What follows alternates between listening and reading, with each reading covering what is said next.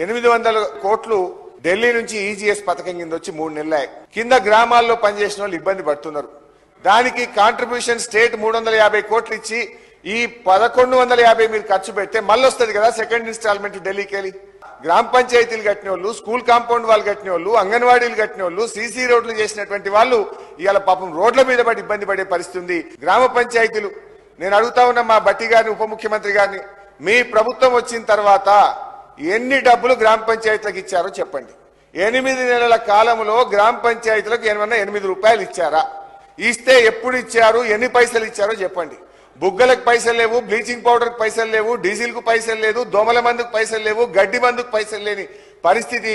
ఇలా వైద్య ఆరోగ్య శాఖకు పంచాయతీరాజ్కు దగ్గర సంబంధం ఉంటుంది. పంచాయతీరాజ్ శాఖ బాగా పనిచేయగలిగితే ఆసుపత్రుల్లో పేషెంట్లు తక్కువ ఉంటారు. లేకపోతే వైరల్, డెంగ్యూ, మలేరియా లాంటి ఫీవర్లతో ఇలా హాస్పిటల్ అన్ని కిటకిటలాడుతున్నాయి.